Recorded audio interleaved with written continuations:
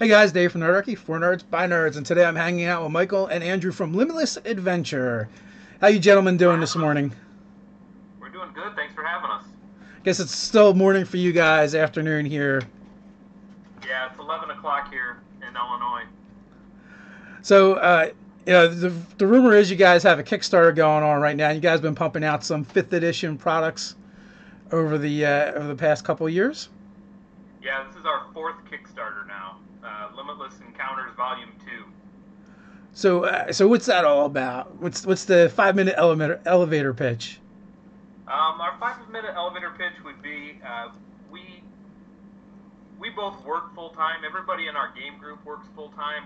We don't have as much time to prepare. We don't. It's not like back in the old days where I could spend 5 or 6 hours, drawing dungeons on graph paper and writing everything out.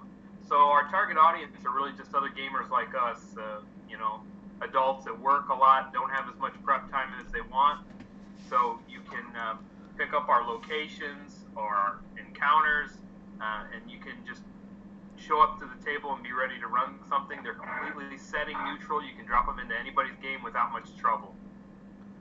So when essentially, we got started, it was also the idea of treating DMing like writing, and that's where we started looking at, it's about prompting, it's about, you know so you're walking through a forest. I don't know what to do today, and then you pull out this encounter and you start reading, and then you get to the further adventures at the bottom, and you go, oh, well, now we can go off this way, or they seem to really enjoy that idea, and that gives you sort of that DM inspiration to move on. So so is that kind of like the brainchild behind Limitless Adventures in general? Is the idea of busy game masters who still want to play and have material? Yeah, exactly. I don't know how you are in your own game, but I've never really used a lot of pre-written adventures because I don't know. Everybody kind of feels like they're George R. R. Martin. They've got this humongous game world with prophecies and kings and gods, and then you as the dungeon master, if you're using a homebrew setting, you kind of have to either just rewrite that, throw it out, try and find a way to make it fit. So with ours, I mean, we just give you an environment, and then we give you just a generic encounter that could happen in there, and the DM doesn't have to spend any time trying to make it fit into their own campaign. You know, So how long have you guys been at it now with Limitless Adventures? You said this is your fourth Kickstarter. we started Limitless about 2 years ago. We started writing our first book, what, Mike, about January of 2016? yeah, and we launched with 12. We took the 12 areas that were in the DM's guide, I think, when they had the 12 environments listed out or whatever, and did one module for each environment, and then we gathered those up into a book after. So we started with sort of this a la carte thing, and then we gathered those up, and then there was a bunch. We ended up with a bunch more in there because of the stretch goals. But once we did that, that's why with this one, we decided to do it the other way around, where this is all completely new, all just so everybody has a potential of, if you were somebody in the first one who had bought all 12, and then the book maybe just for a few additional things, but in this Kickstarter the idea was, hey, it's all completely unpublished, completely new, so everybody has some new content that they can add to their game. 100 encounters. That's nothing to sneeze at. What are like? I guess what's the level breakdowns, the range, and how many pages that takes up? We're all over the board on levels. I mean, we'll have stuff that's really simple, like there's an encounter in there, one of the ones I did, that was it's this kind of homeless guy who sweeps the streets, and there's sort of a mystery around the guy, and you can he can be a contact, but then there's sort of like, well, why is he so weird, or what's going on in with his life? There's no level there. I mean, it's just like an RP based, and we tried to sprinkle those throughout the whole book. So there's RP ones, there's some skill ones, that might not have a level at all. It's just, oh, this guy, is really weird, or there's something happens, or um, uh, all over the map. We'll have ones that are, pretty high. I don't know what the highest, Andy. What was the highest one you There's a did? pit fiend in there, so Yeah. 20th. Yeah. Um, we're firm believers that random encounters should be just that. They should be completely random. You don't just run into kobolds when you're first level, and then kobolds magically disappear when you're fifth level, and then soon the streets are full of ancient worm dragons and pit fiends when you're 20th. If you are a low level and you run into something that's too powerful, combat might not be an option. You might need to run. You might need to barter. You might need to, agree to go on a quest for that dragon so that he doesn't eat you. We're very firm believers in that random encounters should be completely random and they should not be level scaled. So is the idea 100 encounters? So grab your D100 and let it fly. You could definitely make a random encounter table out of it, but there's 10 separate environments. So we have some of the standards that we've used before, and then in this we covered that ground a lot in the first book. So we're trying really hard to throw in some more exotic locations in the second book, maybe to give DMs a reason to go there. Or we had somebody post on Facebook on one of our ads. We had the tagline, "Players are unpredictable," and some guy tagged and he said, like sometimes they just randomly jump through a portal. So he's making a comment about his own home game, but it really kind of spoke to the idea of what we're trying to do, because if your players do something like that, they jump through the portal that you just intended the bad guys to come through. You don't have anything written for that. You just flip to the chapter on planar encounters and boom, you're ready to go. Or they're traveling. You're traveling from A to B. You don't really have anything going on. There's some of the stuff in the Woodlands bundle, one of the forest packs, where it's like there's this obelisk. It's just this mystery. It doesn't do anything necessarily. It's just there's a floating rock that's like tied up with whatnot. It's just there so that to sort of expand that process or that time when you're traveling. A lot of people talk about getting on a ship. Okay, I've gotten on a ship. It's going to take a week. Now what? Well, that was, we ended up creating that entire ship in the Fortune's Cutlass, where there's encounters and things that happen in the ship while you're traveling. So it's, every morning they wake up, something new can happen on the ship while they're traveling. That idea of there's adventure everywhere. At home in the little village, on the ship, as you're walking from point A to point B. It's not all plot device, not everything has to happen necessarily for a reason. So I feel like I hear more people talk about not getting on the boat. How so? No, it's just a joke. You never get on the boat. Is it the I turn left where it's like, and the mountain looms in front of you? Okay, we turn left. No, it's the never get on the boat. I think it might be from Noah Atwell or Spoonie. I don't know if we've ever checked out Spoonie on YouTube. Counter Monkey, but he has a saying, "Never get on the boat." So, what do you guys consider an exotic encounter? Like we heard one, like the floating obelisk, obviously is fairly exotic. Extra planar encounters. We just tried to think of some iconic stuff. Encounters inside of an active volcano. Encounters right now, like Chult, that area is a big. That's a big popular thing. So we tried to put some encounters in a what you would call maybe like a savage or a primeval environment. A planar city. We weren't for obvious reasons. We can't name certain cities that have lots of doors in them. But should you find yourself in an extra planar city, some urban encounters that would take place there with the kinds of inhabitants that would live in the outer planes. So what play style do you guys like in your own games? We've been playing.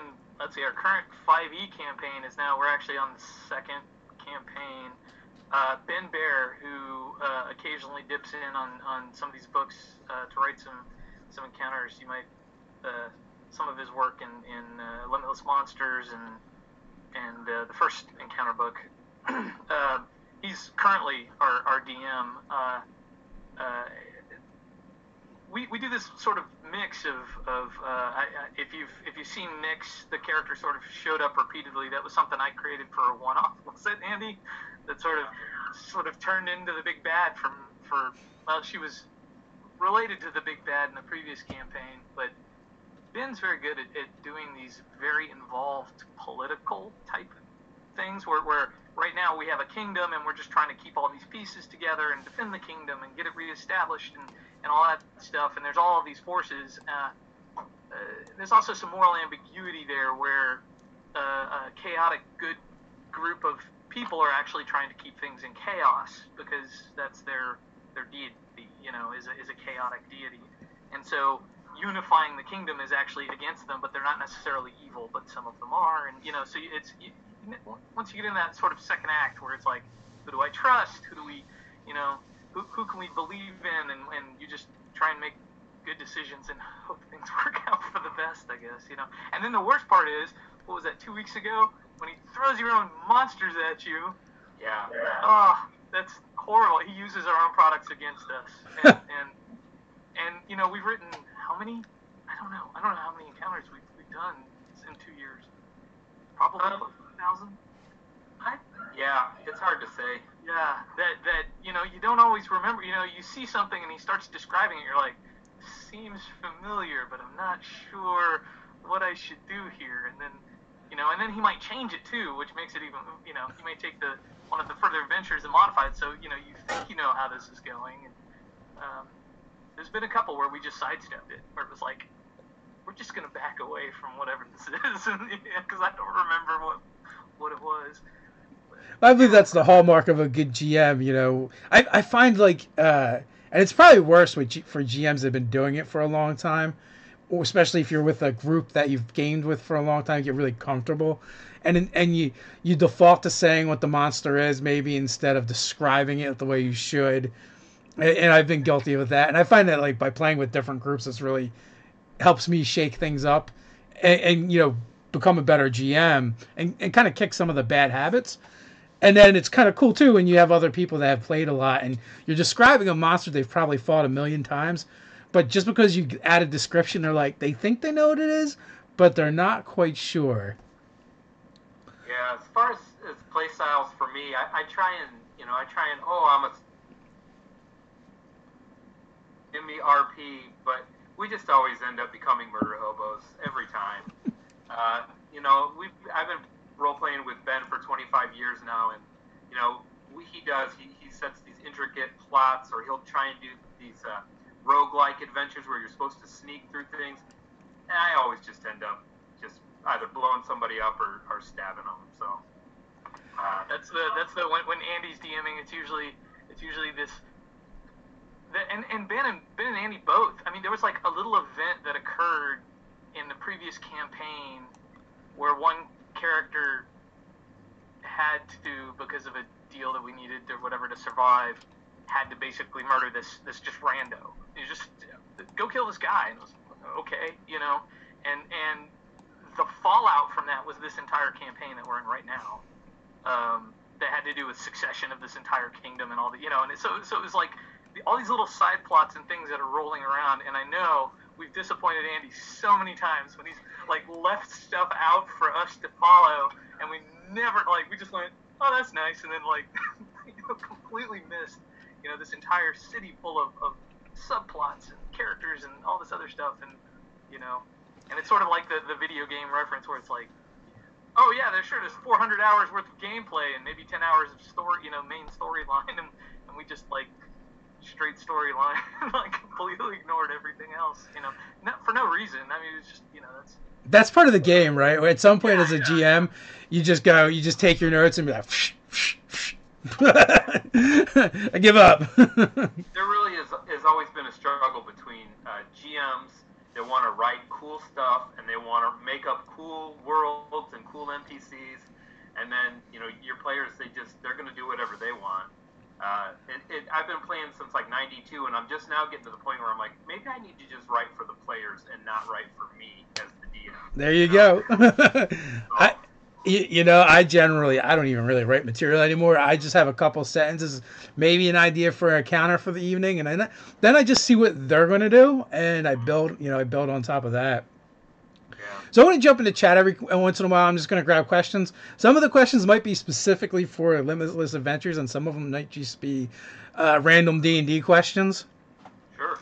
So Mark Williams, hey off, first time GM, maybe technically second time. When in the middle of your adventure, the player starts to lose interest, or players start to lose interest. How can you recover their interest, and how? Any advice appreciated. Blow Make 'em something roll up. initiative. Yeah, have them roll initiative. Or if you're mid combat, end the combat. There's been plenty of times where that monster might have 50 hit points left, but I see people starting to maybe check their phones, or I can tell that the energy level of the table's going down a little bit. That next person that hits, they're gonna kill that monster. Yeah, not every monster is gonna fight you to the death. I mean, Yeah. yeah, sure. I mean, undead are gonna be more fighty to the death, but if you came across some thugs who are beating up an old lady in the woods or something, and you're like, let's fight, and then they start getting down, but it's just dragging on, then have them bail. It's not worth it. I mean, Yeah. why would they? Is this worth just a few silver pieces to get killed over? No, run off.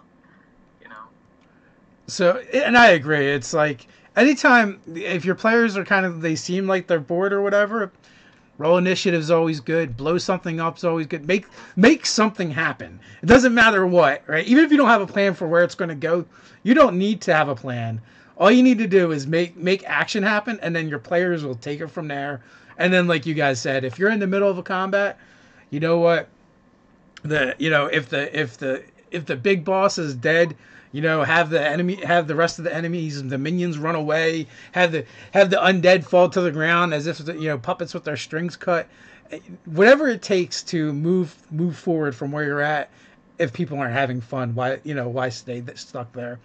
We were in this big arena fight, and the big boss was done, yet we had to fight the three monsters that were left anyway, and it was just it was inevitable they were going to die. After a while, it just feels like you're just rolling dice for the sake of rolling dice.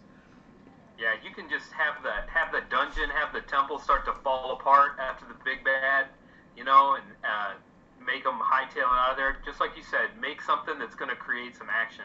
But I would tell him specifically that if you've only GM'd once or twice, be kind to yourself, because you haven't gamed with this group a long enough time for you to really learn their play styles.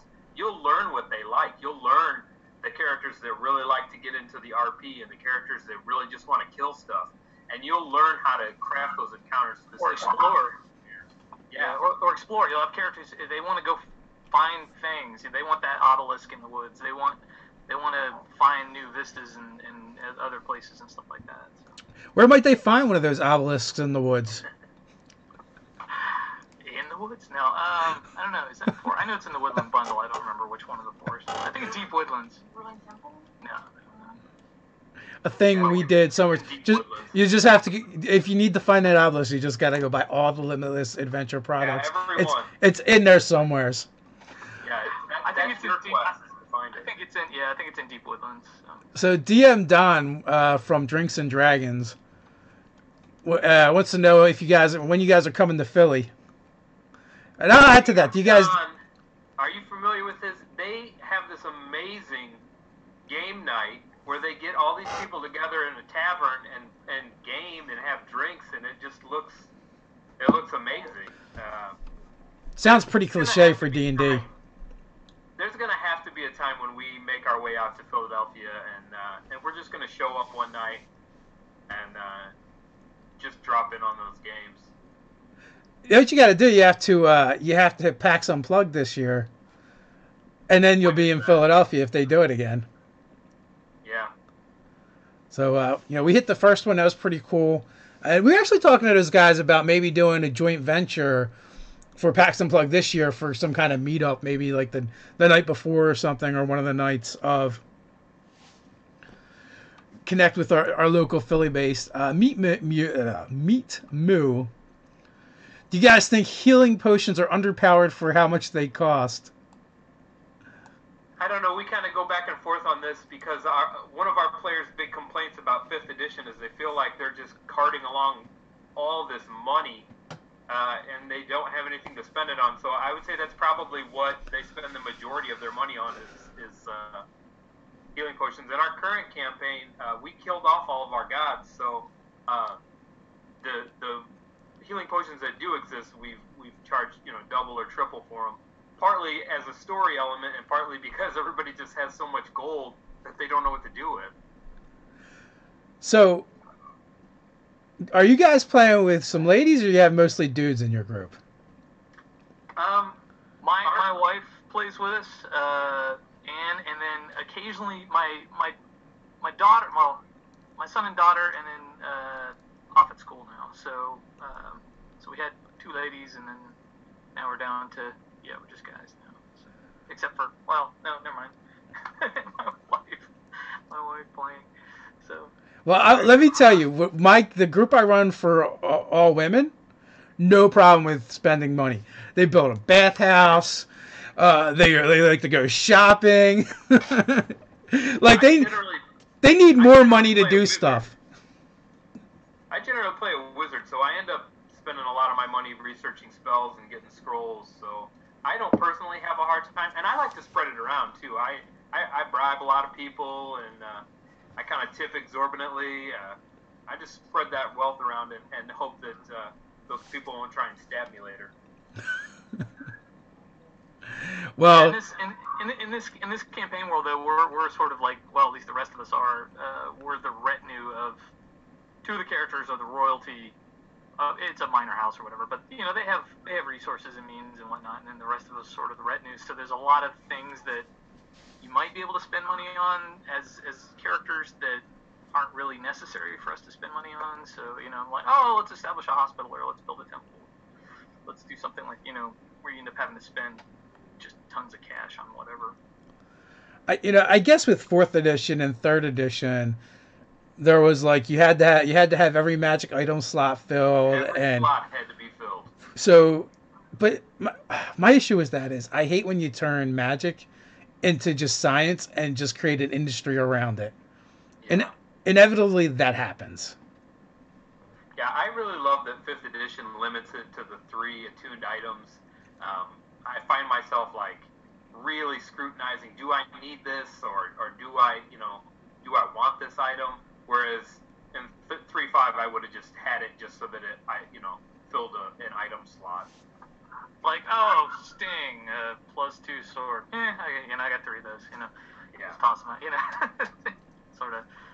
Yeah. And I guess that goes back to Meat Moo's question and about the healing potions. Not really, because I kind of old school where when you used to play, you had to shell out 100 gold just to find a wizard in a tower somewhere to maybe identify your magic items. If your GM was generous. Prior to that, it was like all trial and error.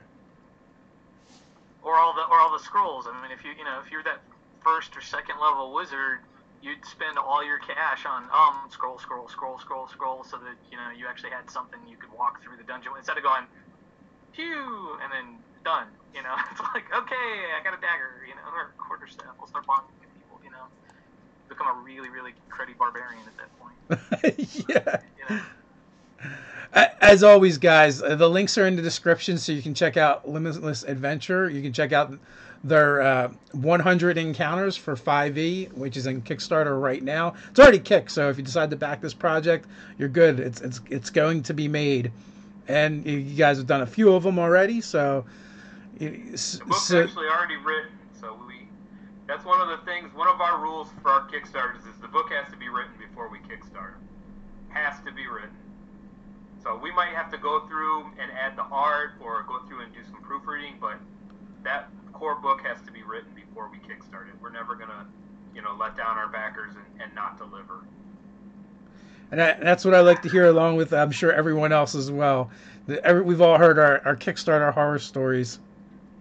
Yeah, that's 2 things that we try and really do is we try and have the books written ahead of time, and we try to deliver really quickly. From the time our Kickstarter ends, we're shipping out printed copies within 2 to 3 months. Nice. We have a question from TrueMate. How do you feel about using healing potions as an action rather than a bonus action? I actually don't know which it is, to be honest with you. I thought it was an action to use them. Yeah, I thought it was an action as well. Yeah, that's the way we played it. Unless he has them backwards. Well, Well, you gotta maybe some people do that, pop healing. But I don't know. I think it's one of those keep things moving because that's a sacrifice. But if you're gonna allow that for the players, you gotta allow it for the monsters too. Otherwise, the players are now bumped up. Yeah, it's when some of the stuff I see online, on Reddit or whatever, where people discussing the party hits up, like way up. You got a bunch of 9th level guys, and they're taking out CR 15, or 13, stuff like that. And I'm like, I think you need to go back and look at concentration rules and stuff like that. When you give them that advantage, even just that little bit, I mean, that's effectively, if they can carry 4 or 5, that's 4 or 5 rounds where they've basically got an extra, 5 or 6 hit points or whatever. I mean, you're boosting your CR at that point. So, yeah, I mean, you could do it, but I think everybody should, What's that saying? What's good for the goose is good for the gander? Right, exactly. Yeah, I don't want to give the DM any more ammunition, I've seen horror story. I've heard horror stories of people like, yeah, my 5th level mage soloed the Tarask, but apparently it's because the GM doesn't know how to run that encounter, right? And we also had, I guess, we had someone run a Tarask encounter for us, but all the players knew they were fighting a Tarask, and they're 20th level, and they just made mincemeat out of the Tarask, because they just outranged it and kited it and just kept destroying it. I'm like, well, I mean, I would have ran that encounter a little bit different. If you outrange my Tarask, he picks up chunks of earth and hurls them at you. Yeah. Or his, lizard men worshippers start jumping out of the woodwork there to attack you and just harass your spellcasters and provide flank bonuses. Yeah, I believe my brother had run the Tarask Redemption game as a one shot for us, and he had included a couple orcs, and like the premise behind the adventure was the orcs were leading the Tarask to another Tarask to mate. I know in theory there's only supposed to ever be one, but yeah, that addition of just a couple of high level orcs and the one Tarask, and there was only 3 players, and I don't think he told the players what it was going to be. Just make 20th level characters, and here's the gear you can have, and it didn't go and it didn't go well for the players that time. I think it was a TPK. As it should be. It's the Tarask. Yeah, it is. He's not the Tarask for nothing. Exactly. Sometimes you got to kill the players.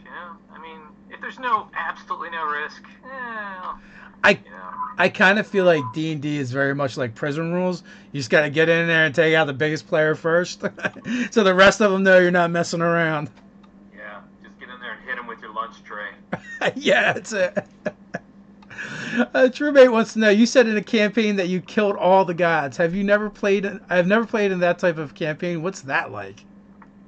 It was awful. Actually, the best thing that happened was I took the healer feat, which I think is a really underappreciated capability. The extra die. I mean, it was tough to come into the new campaign with.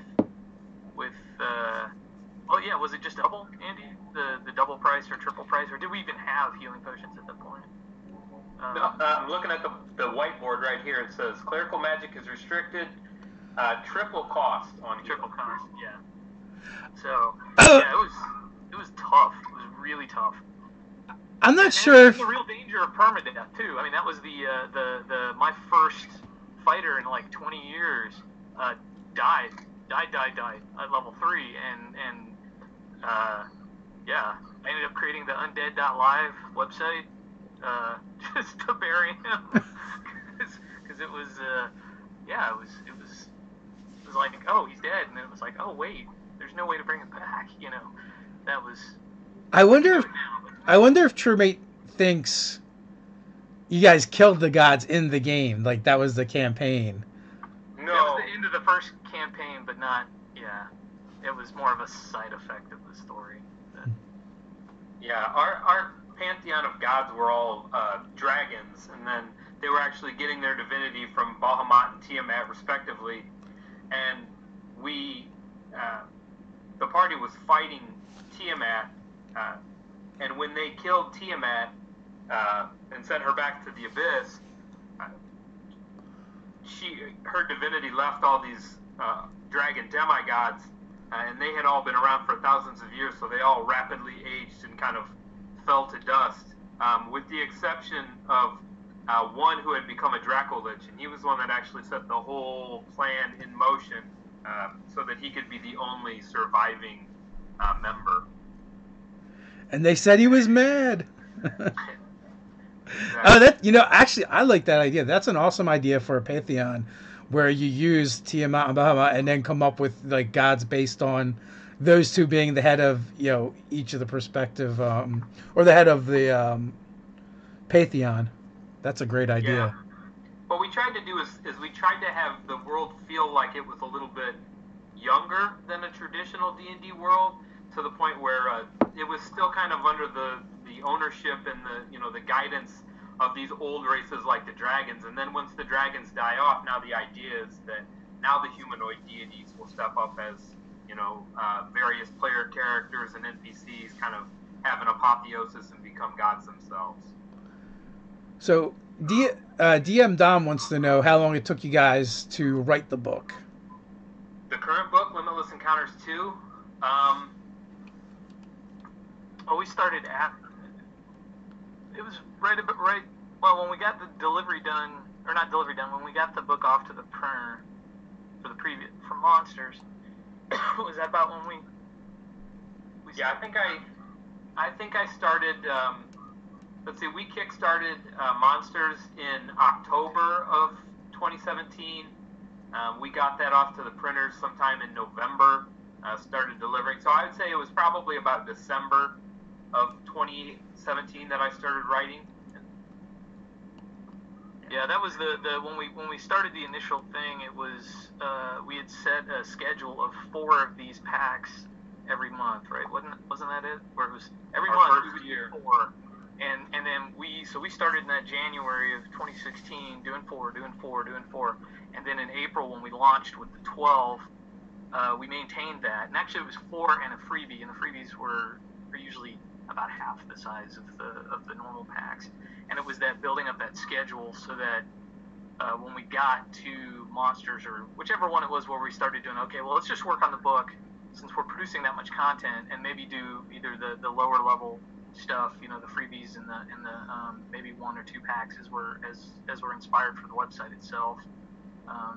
So yeah, it takes, you get about 4 a month, which is 40. You get about 30, 40 encounters in a month. So it's a grueling schedule. It takes us about 3 months to write a book. Yeah. We know a little bit about grueling schedules.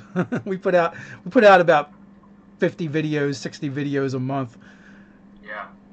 It's that habit. It's that you got to maintain that habit. So Fantasy Grounds wants to know any stretch goals for virtual tabletop conversions. You guys putting anything on virtual tabletops? Not at the moment. Yeah, not at the moment. We're working on it with a guy that Roll20 suggested to us for Monsters. He's in the middle of a move. He's like moving to Switzerland or something like that. And then but it's not really our venue right now. You guys do most. I take it you guys do most of your gaming in person. Yeah, we do. We meet every Monday. We actually have a game tomorrow, and then I have another group that meets every other Thursday. So it's funny. We make PDFs, but we generally don't personally use PDFs. We're kind of old school. We like to have that hard copy book, or if I do use a PDF, I print it out. So. I like to mark mine up. That's what those little circles are there for, so I can block. Oh, use that power. So. There's something about holding the book. I actually like to run from. It used to be PDFs, but now with like other digital tools, I like D&D Beyond. I like to run from that stuff, but if I'm going to prep and do stuff, I do like to have a book to flip through. and go after. Yeah. D&D Beyond makes it really nice to run from a laptop, though. It's like I just like to have the monster tabs that I need open, or or if I need to search something real quick, you can pull it up pretty fast. Yeah. Uh, Billy Bad Ace wants to know if you guys have any tips for handling encounters with lots of monsters. We tried a few things. One thing I've done, I did with a friend. We were sort of play testing it out. He was using a deck of cards because he was working on building a game. But the same idea can apply where you treat. So let's say you have a horde of zombies. I mean, that's the easiest. Where you've got 30.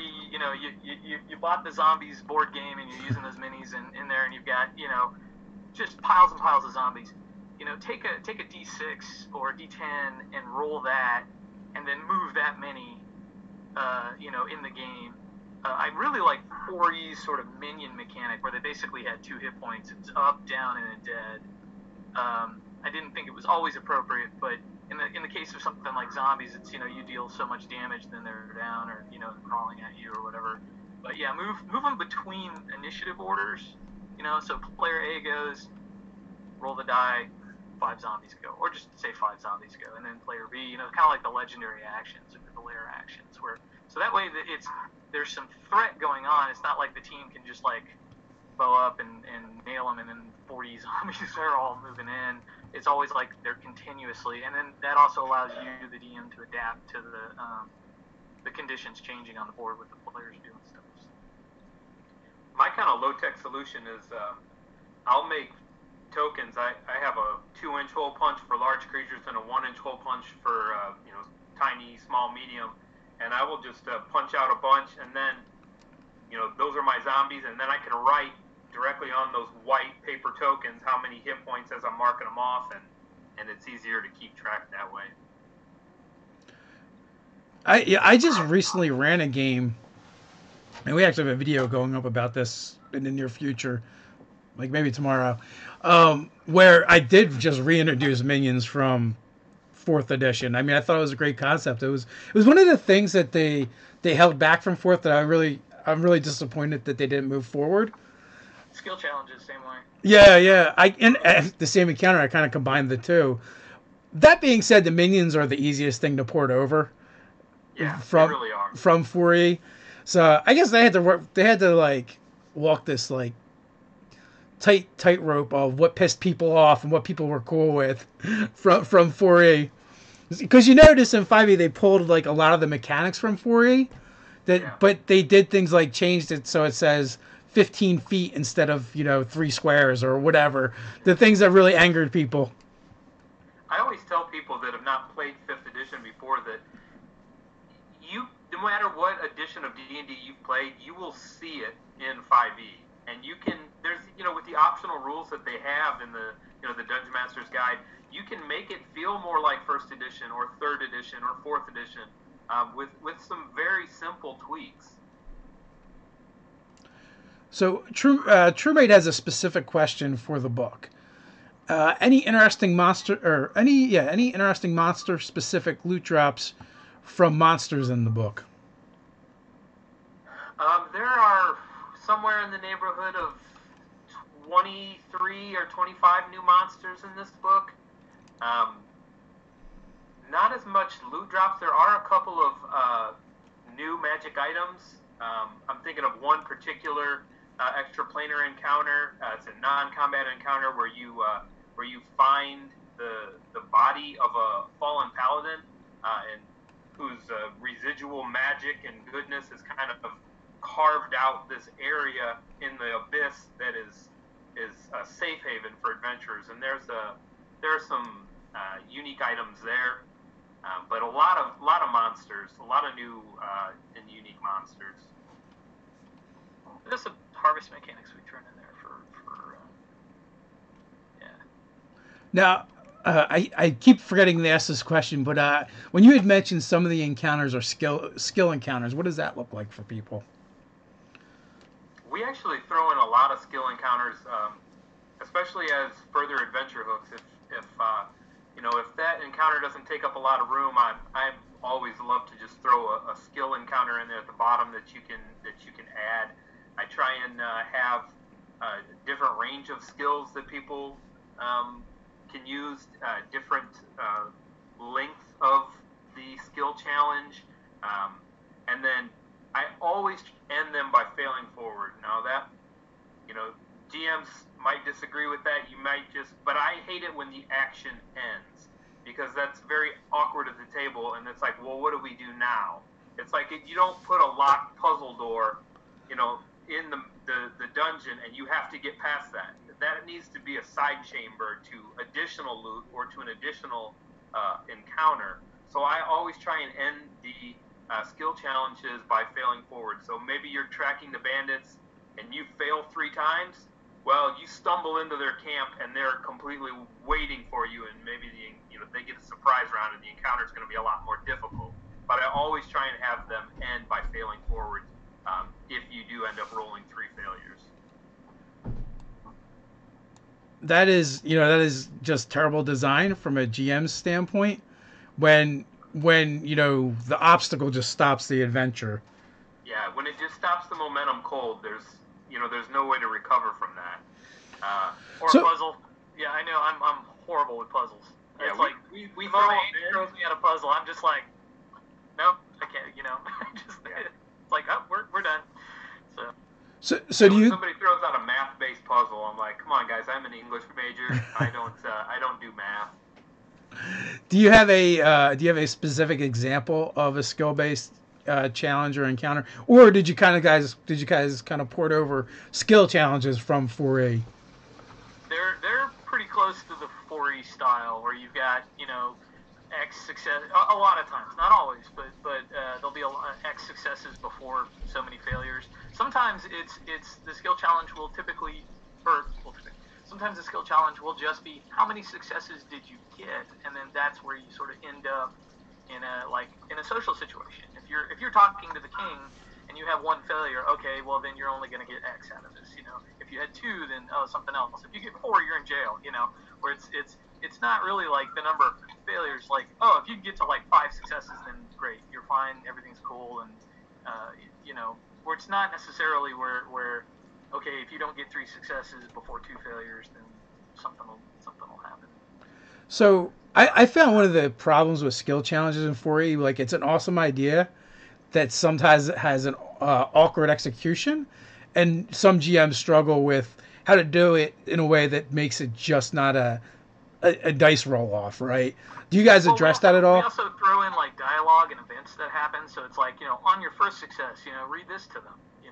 Oh, the guy looks at you and, oh, okay, he accepts, and then on the second success, and then on the first failure, he's like, yeah, he's obviously wary of you, and you're going to be a disadvantage for, whatever, with this, future interactions with this guy, and then, on the second success, something else happens. On the third, and then you finally have the success. So it's, we try not to just give you a flat number, like you're paddling down a river and, yay, you made it. After 3 successes, it's like, oh, you make it around the rock, and then on the first failure, it's like you get bumped and you maybe lose some food or equipment or something, And then I think the key to the skills challenge is to not let your players know that they're in one. You just present them with the difficulty of the situation, and then you just kind of sit back and let them do what they're going to do. And then if they say, oh, well, I want to use X skill, okay, roll it. And I think the worst thing you can do is to let them know that they're in a skill challenge, and to let them know what skills they can use, because players will always come up with things and ways to try and get around a skills challenge that I have not written in. So by all means, rule of cool, bribing them.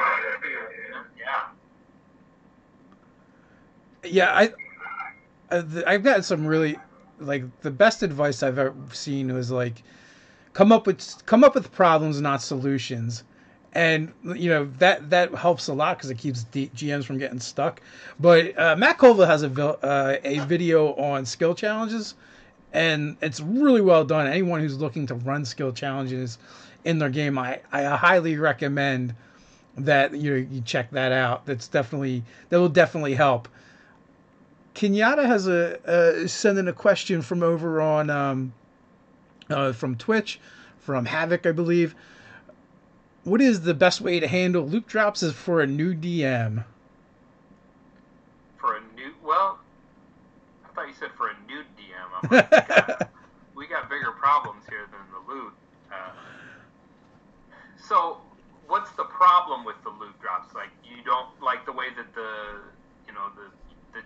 treasures that you find in the monster manual, or what's the exact problem here? Well, that's all of the question I have. But I guess they want. I guess they're looking for ways to do it, and they're new to GMing, and they're not sure. As we get, we get a lot of those type of How much questions. to give them too much, too little? What's the yeah? I mean, I definitely like there's some scaling stuff. Like if you have the DM's guide, go get that. There can be some scaling things where we've you give a player something. Oh, you give the bard a magic loot and now he's like strumming every time something happens, like and then well, whatever that was is out the window, where it's you can end up accidentally giving a player something that's just way overpowered, or when do I give them stuff? We had an entire campaign. We went 2 years before I realized I hadn't given them any magic items. It was a level 0 type thing or whatever, so it really wasn't necessarily appropriate, and the story didn't really work, and it didn't matter anyway. They had a good time anyway, but you gotta make it. What's that? I mean, you give somebody something, it's breaking your campaign, then take it away, break it, sunder it, have the original owner or creator come back and get it. I mean, this stuff isn't permanent. You can change it if your players are struggling. Then yeah, try and give them an item. Make them sacrifice it to do something to move the story along. We just had that happen in our story where we had. I've done that. I've done that plenty of times. We in my Thursday night game, we had a character who had an intelligent sort of alertness, and his character ended up getting killed, and they weren't anywhere near where they could get healing. There was no cleric in the party, so the sort of alertness was like she was kind of smitten with this character, and she's like, "Well, put me on his chest," and she kind of just used her own magic to bring him back, but destroyed herself in the process. So, we kind of got the player back up, we fixed the problem, but he lost this cool item. He carried the dust of that sword around for I don't know, however many adventures, and then we finally figured out a way, well, let's work that back in, and it wouldn't be quite as unbalancing to have that sword anymore. And then we allowed him to figure out a way to fix it and bring it back in. So I would bring up too, like you have to look at the monsters and see what makes sense for them when you're putting the treasure in there. And if so, say you one of the monsters happens to the leader is a hobgoblin and he's a soldier or a warrior type, and you put a magic weapon in there. Well, it shouldn't be sitting in a chest somewhere. It should be in his hands. If they have potions, well, they should try and use them, in the fight. And one of the things is you're as a player when you see that you're like, oh, they're using the treasure, so it's going to motivate your players. They're going to want to stop that from happening. But yeah, you need to make the treasure feel kind of organic and like it belongs there, which means more than likely they're going to be using it. Yeah, in our book Limitless Monsters, we created a creature called the Living Horde, and that posed just a really amazing mechanic because it's made up of the treasure hoard. So when the barbarian runs up and hits it, one of those potions that was going to be the loot that you got from defeating this monster has just been destroyed. Or, this priceless vase that you were going to get 1,000 gold pieces, you just shattered it when you hit it with a fireball. So it creates this whole conundrum for the players where we need to defeat this creature in a creative way that doesn't cost us all of the loot. Or shatter. That's always the yeah, my wife laughs in the next room, shatter. Shatter. Oh, there goes all the potions, all that's just gone. Phylacteries, yeah. That is a diabolical monster where the loot is incorporated into the actual monster. Yeah, it's the side note to that though is the DM has to be very clear the first time they hit it that they are depreciating the value of the monster every time they hit it or hit it with thunder, fire, these sorts of things, just so that the players, it really, really vastly changes the mechanics of the fight. So, how much treasure do you end up with once you finally destroy the monster? It depends on how creative your players are. You might, just end up with a lump of broken pottery and molten gold. So, Amanir has a question. I DM a long term campaigns, and for years my problem has been levels between 7 and 13 because I never know how big of a situation the party should be dealing with. Advice. I'm kind of working on this right now because I'm starting to write our next Kickstarter that comes out in June, and I'm working a lot with those encounters. And encounters are fluid. You can't just say, okay, the book says that I need 2 CR3 monsters. If 2 CR3 monsters is not enough, then you need to stretch their hit points. You need to have some minions run in from a side chamber. If they are, if they're just wrecking your party, then you need to have one of them run off. Have one of them, maybe you score a crit when you wouldn't normally. It's all about keeping the energy and the encounter high and making it feel like they fought it right down to the bone and not being beholden to the numbers and the rules, at least in my opinion.